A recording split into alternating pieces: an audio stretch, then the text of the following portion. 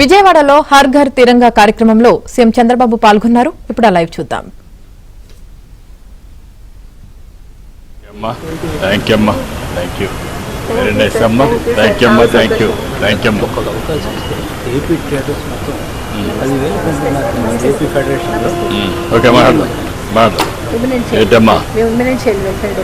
Okay, అంత millets తయారు చేశారా? మదర్స్ కి అవేర్నెస్ ఇస్తున్నాం సార్. ఇవి వాడండి అన్ని ఫ్రూట్స్ కి సంబంధించి సార్ ఇన్ని రకాల శారీరక అభివృద్ధి, భాషాభివృద్ధి, మేధాభివృద్ధి, గణితాభివృద్ధి, సంగీత ఆ బుక్స్ మనకి కరిక్యులం ఆధారంగా ఎవ్రీడే చేయాల్సి.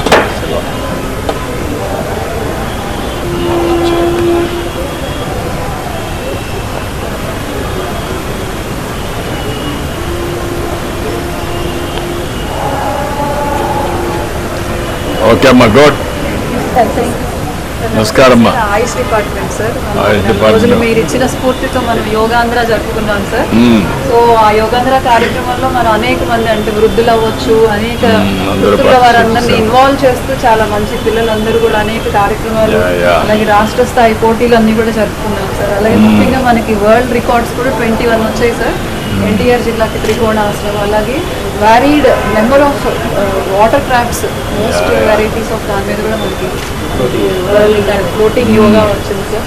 అట్లా ఎలాగైతే హర్ ఘర్ తిరంగా అని మన స్ఫూర్తి జరుపుకుంటున్నామో, హర్ ఘర్ యోగా అనేటువంటిది మీరు మీ స్ఫూర్తితో మేమందరం అలా చేయగలుగుతున్నాం sir.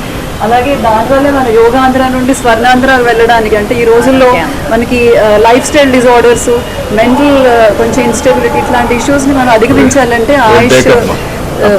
Thank you sir. Thank you.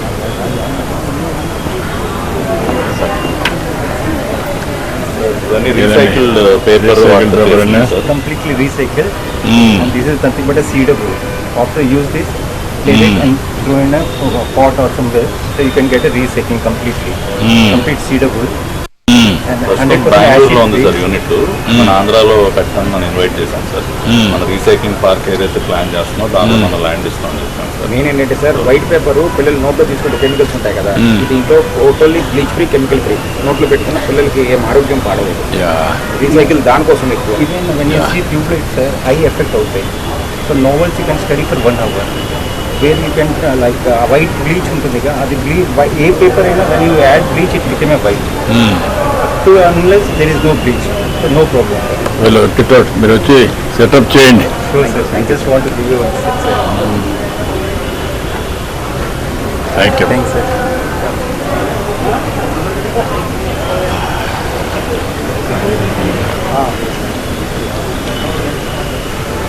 నమస్కారం.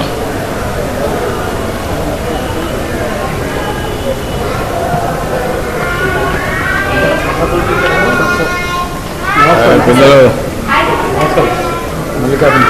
నమస్కారం. హాయ్.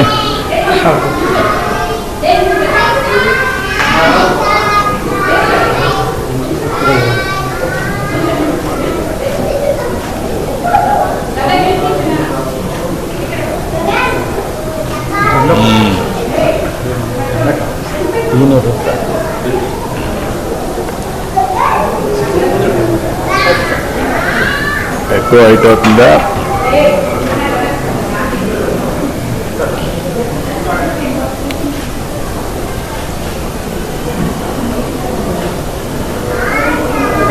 మధ్యలో రాష్ట్రం వాళ్ళు చేసినప్పుడు డిజైన్ చేసినప్పుడు రాష్ట్రం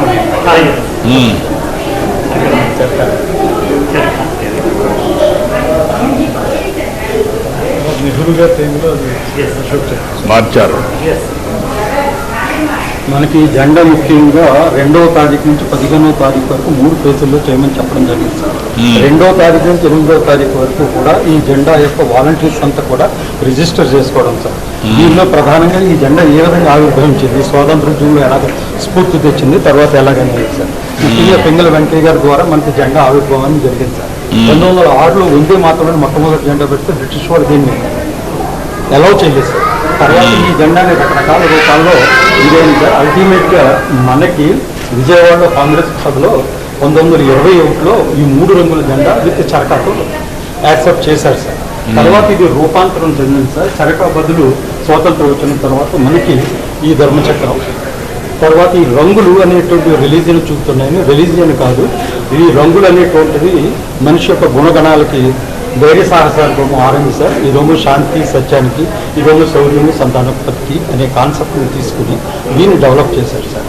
ఈ డేట్ అంతా కూడా వెంకయ్య గారు. తర్వాత దానిలో భాగంగానే ఈ తపాలా స్టాంప్ని ఆకాశవాణి కూడా పేరు పెట్టడం జరిగింది సార్. ఈ విధంగా ఉన్నటువంటిది ఈ 3 రకాలుగా చేస్తాం సార్. ఈరోజు తమ స్టేట్ లెవెల్ ప్రోగ్రామ్ని ఇక్కడ ఆవిష్కరించారు సార్. ఇదే ప్రోగ్రామ్ని అన్ని జిల్లాల్లో కలెక్టర్స్ కూడా చేస్తున్నారు సార్.